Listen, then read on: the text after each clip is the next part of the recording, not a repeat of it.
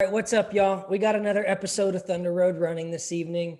Our guest this time is one of my ex-athletes, Andrew Doherty, popularly known as Ado, officially now as a pro triathlete, operates under the name Ado. Yes, sir. Ado comes from a running background, grew up south of Bahhston, as you'll see as we start talking, went to Taunton High School, and then ended up running in college, started at Providence, made his way over to Oklahoma, where him and I met, and then now competes for JP Elite. They train all over the East Coast, primarily down there in New Hampshire. And Ado has quite the story. He's trained with a lot of people from different parts of the world. He's had a lot of different social environments that he's been a part of. He's kind of like a very worldly dude.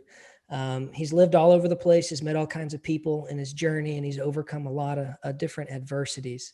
And it's just one of those stories that when you're thinking about people bringing on, he comes to the top of the list. And Ado, I can remember our very first recruiting call at Oklahoma when you were looking to transfer, and this guy picks up the phone, and he sounds like Goodwill Hunting, you know? Yeah. The accent goes both ways, though. You had just as strong as an accent to me as I did to you.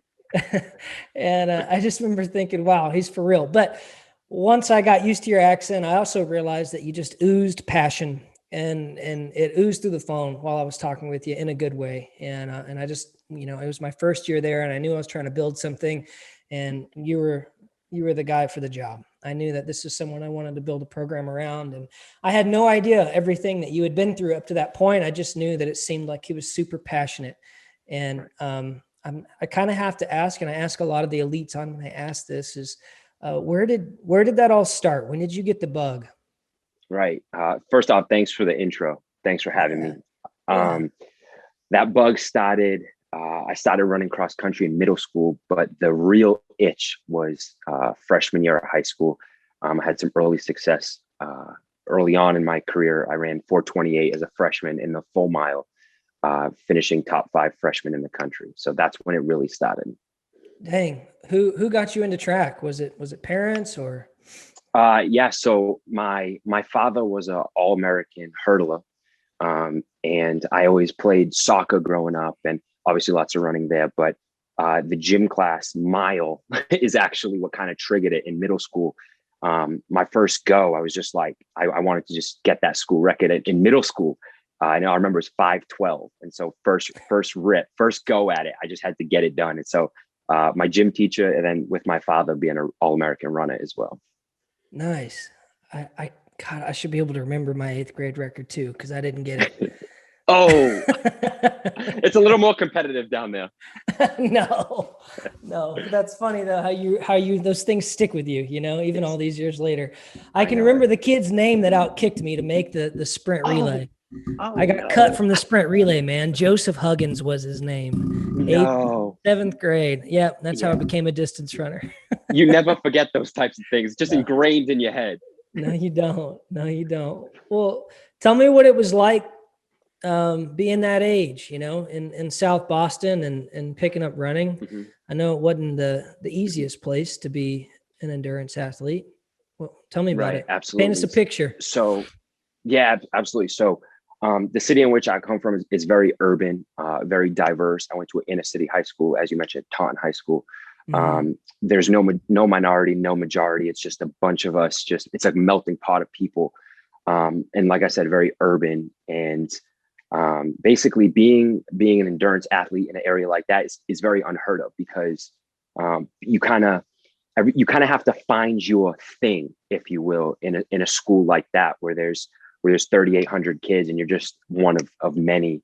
And it's a school that's filled with violence, drugs, teenage pregnancy, and a lot of bad outlets, if you will. So for me, I had to, my freshman year, I was 1 foot on the track and 1 foot, for lack of better words, in the streets, where I kind of had, I had this passion for success on the track, but also I wasn't fully into it because I still had that side of me that's that's, with my friends and with my clique, with my group, where I would have to do certain things and be around certain people and make some bad decisions. And I had one foot in the good and one foot in the bad, but you don't get to a school like that where they say you need to do X, Y, and Z to get to college. It's basically like, okay, we're going to just try to get you through this one semester, try to get you to the next semester, and kind of go along that.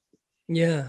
So you had your thing, and Hmm. and you kind of belonged to that thing, Yeah, and maybe fortunately, track was one of the things that you belonged to early on.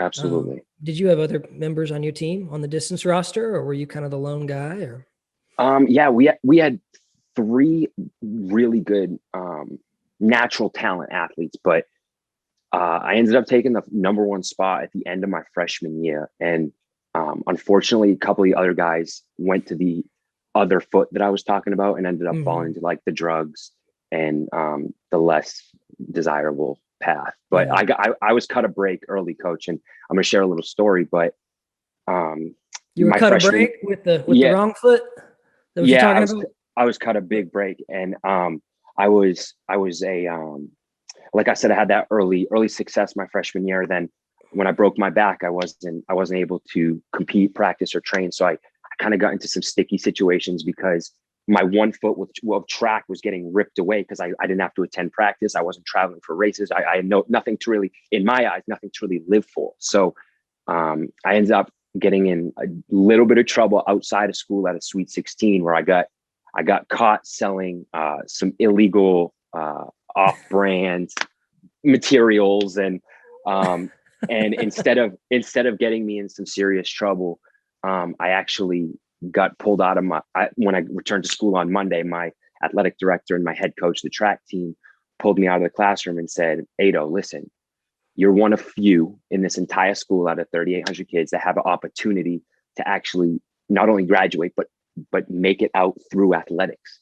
And so that was kind of like a wake up call to me because I easily could have been arrested, gone down, completely ripped out of that one foot in the track and both feet in the behavioral problems. And then I'm down that path, and I'm already surrounded by those people in my friend group anyway. So it would have just been an easier path to go down, but I got cut that break early.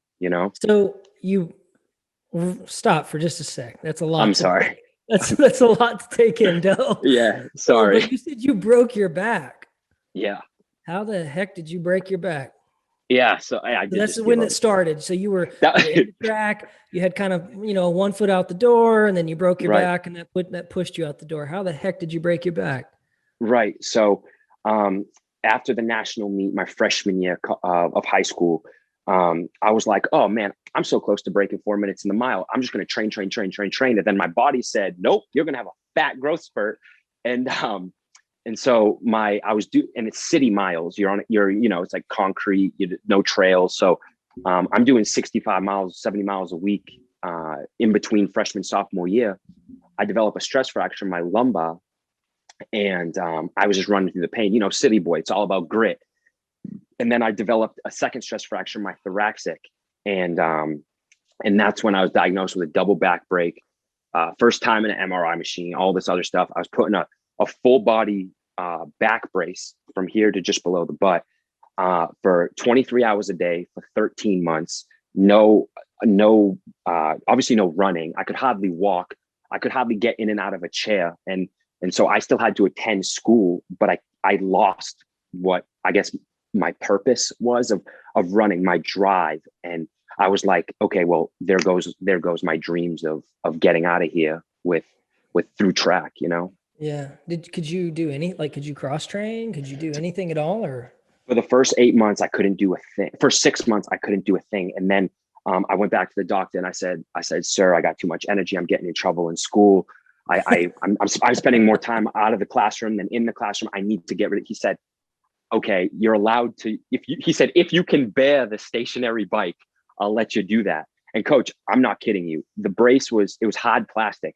I couldn't even sit in a chair properly. I'm over here pumping it, and there's blood dripping from the top of my quads, like where the TFL's at, blood Yeah. dripping and sweating. And all I could think about was I'm going to get back and I'm going to break 4 minutes in the mile and I'm going to become an Olympian. And that's Yeah. literally, and I was doing, I don't know, 40 RPMs on the bike. Like I'm hardly even doing it, but I got a brace. I'm sweating in this dungeon of a gym in my high school, and there's just blood dripping on the floor. And like, it was that injury, that moment where I said, I'm both feet, like both feet are fully in. Like if I had a third foot, it was in. Like I was full in. So I mean, something like that, something that traumatic in an athlete's career, and that's pretty rare that you come across a back brace for 13 months. That's top end of the spectrum as far as freak, things you have to overcome. And I think the way you responded says a lot about you. First off, a lot of people that would happen to them and they would disassociate, kind of separate themselves from the team or maybe what they thought they could have in the sport. Cause it hurts, man. It hurts to not be able to do the one thing you want to be able to do. And I know for a fact that most of the people in this chat room right now haven't, experienced anything remotely close to that, much less even just a stress fracture. We're talking 4 or 6 weeks, but let me tell you what, y'all, if you haven't been hurt yet, it is there's very dark days inside of being hurt. I mean, you feel alone, secluded. Like he's saying, his purpose. It's rough. It's rough going when you're that committed, when you're committed enough to get on a bike and ride till your legs bleed. Not being able to do something like that really tears at you. But, being a coach, right? And I got to work with the Doe after he made this decision, the guy that was 120% in from day one. But I always wonder, like, what is it that made you want it like so fiercely, even just being, 14, 15 years old? Like what was it about running that you loved in that moment in time that drew you in? Like, it was definitely my father, because he was an incredible track athlete. At his best, he was 5th in the US.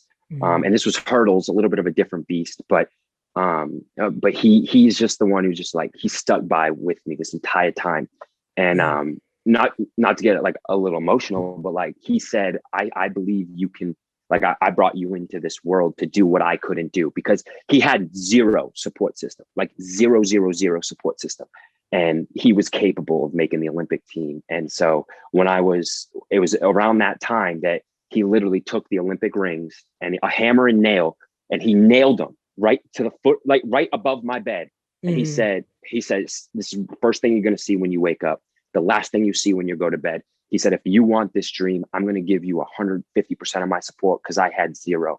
And so that passion from my pops and like that support from my whole family is just like, that sparked it. That, like with that early success, my freshman year, we knew that the battle is going to be right here. Yeah. So next question on the same topic is what you loved about it and what really drew you in. Has that changed or shifted as you've gotten older? Obviously now you're doing a different sport, different demands, you're older, smarter, stronger, all of it. Has that changed? Yes, for the better, of course. My perspectives changed a little bit. I feel as though like the purpose that God put in my life is a little different now. And when I was your athlete and we were in college, I wasn't even thinking about triathlon, swim, bike, run. I wasn't even thinking about that sport. I suffered so many injuries that I found myself on a bike and in a pool very frequently. And you can justify this, but my brain could handle 120 miles a week, what it takes to be elite at this level for a runner. My brain could handle 120 miles. My body couldn't. So that impact, I'm bigger, muscular, stronger guy. Like I couldn't handle that 120, 130 mile weeks to be a competitive 10K runner. So I had that shift when I realized that I can get my aerobic fitness via swimming and biking. So that's where I had that perspective change. And then my last like 8 months of collegiate competition or training was aimed at triathlon. Yeah.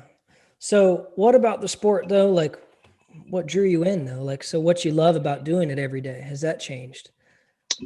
No, absolutely not. So it's just a grind, coach. Like I'm just a grinder, and like I just love the grind. If it's I treat my swim practices like I would treat a Tuesday with the boys, the Sooner boys. I would every session, like just for me, like aerobic capacity, athletic capabilities, that is where the drive is. Like running or not. Yes, I'm always going to be a runner at heart, but that's just one of my three disciplines now. So it's all just a passion of success towards athletics. Yeah. Well, okay. So as far as your transition, okay, so it's like, okay, I've given this running thing a lot of my time, a lot of my effort and energy, and it comes time where an opportunity is offered to continue doing this at the next level. And they say, okay, triathlon, this guy could have a future in it. Right. Obviously you had the passion for it. That was never a question. Right. Yes, sir. What was like, if I had to say, like, what were three things you don't do when you're making that transition? What would those be? Okay. Most important thing is, and we come across this a lot as a run back, especially the run background, not so much the swim background. But the major thing is you have to make sure you're ready to get rid of the identity of being a runner. That's the biggest thing, because now our easy runs are 7:30 pace. Like we can't afford to be running 6-minute pace on a steady run and expect to come back tomorrow and do swim, bike, run in the morning. And then, you know what I'm saying? So the first definite thing is you have to be able to be willing to let go of that identity. The second thing is make sure it's actually plausible. So for me, when I was looking at the Olympic trial standards for, I guess, like steeplechase 1500, you think about what those guys have to do to get to where they're at. And like we said, mentally, I got that, but my body just physically can't do it. So for me, it was what's going to be most possible considering my geometry of my body and my physical abilities. And then third is for me was, do I have the swim times and the bike power to put out to be able to get my foot in the door of a professional team? If that answered your question. Okay. So what don't you do? Like, what don't you do? Like, did you make any mistakes along the way during this transition? Anything you learned from, Oh goodness. Any good ones? Any freshman mistakes, so to speak? Yeah. Yeah. When you get here and I got here and I was just all to the wall. Every workout, I had to win every workout, no matter what. Like I had to win every little workout. Like it doesn't matter. I was in it for 1 week at a time. And that's actually key, is like, and that's why I suffered so many injuries, was because I was just always grind. Every day is a race. Every day I'm getting better. And for me, it was just like, I made the mistake of not being patient, and little things start to flare up, and you can't do 26 hours a week, which is what we do, and expect to be 6-minute pace or fast 5K a day every day. You got to have patience and pump the brakes. 26 hours a week. Yeah. Countable. Week. Of working out. Yeah. I want to say my highest. So, y'all probably won't know what I mean when I say glycogen load, but we measure total energy output with a lot of my elite athletes. And it's a pretty simple formula. It's just how long times how hard, how many minutes you spent times how hard those minutes were. And you come up with basically an expenditure of energy. How much energy did I expend this week? And that's kind of how I track my athletes' workload. I can kind of do it in my head now off the fly, but there is a formula for it. And I think the highest I've ever seen running, I don't know, though. It may have been 9 hours spent. Yeah. I want to say maybe 9 or 11. Right. But 23, is that what you said? 26. Yeah. 26. Yeah. Take us through a Monday. I know that's like workout day, right? Workout days are Tuesday, Thursday, and Saturday. Monday, Wednesday, Friday are the 3-a-days. So you wake up in the morning, you do 5K of swimming. I had to reiterate 5K of swimming. And then you come back, you got breakfast, and then you're going to go for a 2-hour bike ride. Our volume's quantified in time, usually, not distance, for biking and running. So swim 5K, bike 2 hours, and then you'll cool down. Like after lunch, you'll have a 45-minute steady run, 6 miles or whatnot. Yeah. So that's Monday, Wednesday, Friday. And then Tuesday and Thursday, very intense, specific, like race specific Yeah. sessions, like really hard swim, and then we'll have a really hard track session, and then Thursday very hard bike, very hard swim. Yeah, you lost me at swimming 5K a day, man. Yeah, it's, hey, that's what it takes. That's truly what it takes. But it's almost like therapeutic. Like I told you, I was this is like the most healthy I've been, and I'm only doing 40 to 45 miles a week running wise now. Thank God Yeah, I that's am a brilliant. run background, but I still acquire that aerobic fitness through, like, swimming makes me so much stronger of a runner, and cycling makes me so much stronger of a runner as well. Yeah. I really think you've got the mind and the, I don't know. It's almost like you're built for this, man. Like Right. you're never sitting on idle hands. Yes, sir. And what's awesome about swimming and biking, as you know, like you're saying, is you can go swim 5K a day Yep. and not have to worry about stress fractures and things. I mean, you can still Right. have soft tissue injuries, but you're a Right. strong, powerful guy. So, um, Absolutely. man, that's brilliant. It sounds like you found a home. Yeah, Uh, the process of transitioning from a run background to triathlon isn't just easy. It's not just, oh, you can run a 14:35K, boom, you're a triathlete. There's still, quote, like, there's still standards you have to hit in the bike and the swim prior to even getting an email to a professional coach. You know what I'm saying? It's not right. just, oh, he's a strong runner. That must mean he's a strong triathlete. That does not go hand in hand. You still have to have a significant foundation in the other two disciplines. So a little bit about the team, because I want to hear about the team atmosphere and, Hmm. and what it's like working, with a bunch of other like-minded people, and Hmm. then we'll wrap it up. But I'm really curious to hear, because I know y'all live together, right? Yes, sir. High performance environment. What's it called?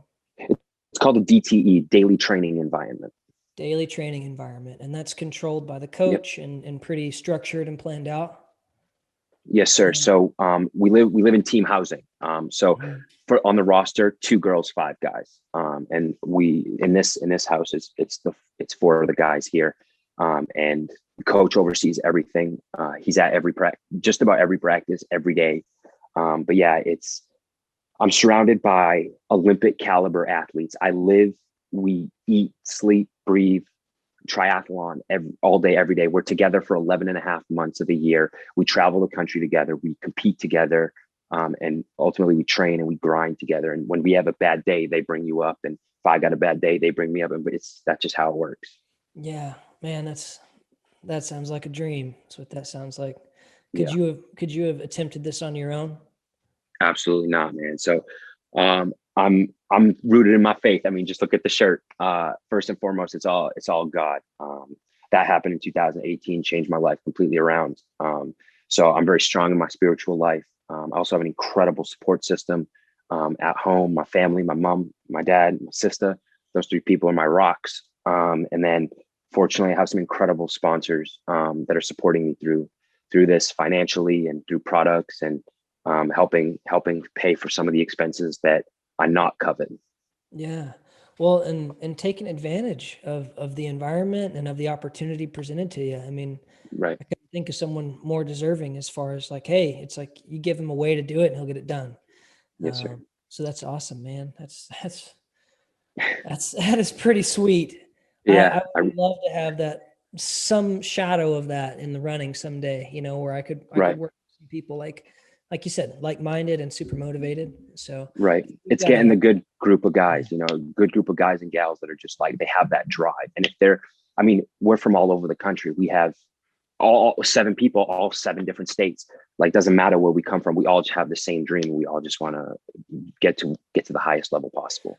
what if you could go back, so sitting right now, you're in a pro house of a bunch of elite triathletes with the coach of the year, and Yep. and you're training 26 hours a week, and you could go back and tell yourself in a back brace in high school something. And I asked Dylan the same question. It doesn't have to be necessarily change anything, but if you Yeah. could just tell yourself something, Yeah. what would that be? Because I have the answer. I'm just getting emotional. Oh yeah.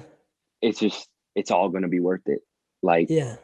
like the environment that you're in is making you stronger, even though you hate it, even though you hate everything around you. Like, you got blood dripping, you can't move. You just, it's all going to be worth it. Like this, you didn't come this far to come this far. Like that. And think about that for a second. Like anybody that's listening, like if you got an injury or if you're going to have to go through a stress fracture, you didn't come this far. You're not dedicated enough to be on this podcast to listen to how to become a better athlete. You didn't come this far to just get to this point. So that's it. It's all going to be worth it. And yeah, that's what I got for you. Yeah. Hey, that's a great answer. Yeah. That's There's awesome, man. a lot of that time you're in a dark place, you know, like endurance athletics brings you to a dark place. But like once you conquer that, then you come out so much stronger. That injury was an incredible blessing because it taught me so much. Yeah. And we've also got a lot of kids tuning in right now that are lone wolves, and the fact that, you know, maybe they're the only one on their team taking it seriously. Good. So it's a different kind of lonely, you know, you get lonely when you're hurt because you're not around a team. Well, yep. Having a team's lonely too, you know? So yeah, absolutely. You're better off for it though. Honestly, those who train by themselves, those who grind mentally, those who are their own pace setter, like those who are literally just going against themselves in a watch, like that's what's going to make you stronger than those who grew up on a team, because they have, on a bad day, they have somebody to push and pull them. But on a bad day, all you got is yourself. So you guys are actually the stronger athletes when it comes to it. It's very natural. You learn a lot about yourself, and how can you expect to do anything great without learning who you are as a person first? So it's a brilliant opportunity everybody on this call has. And I really do appreciate you joining me, man. I really do. Yeah, it's an inspiring story, and I'm sure you've got some more fans. Yeah. What's the Insta tag? At Ado, ADOH 11. There you go. At Ado 11. Go follow him. Yes, all right, dude. Thanks for coming on. No doubt. Thank you.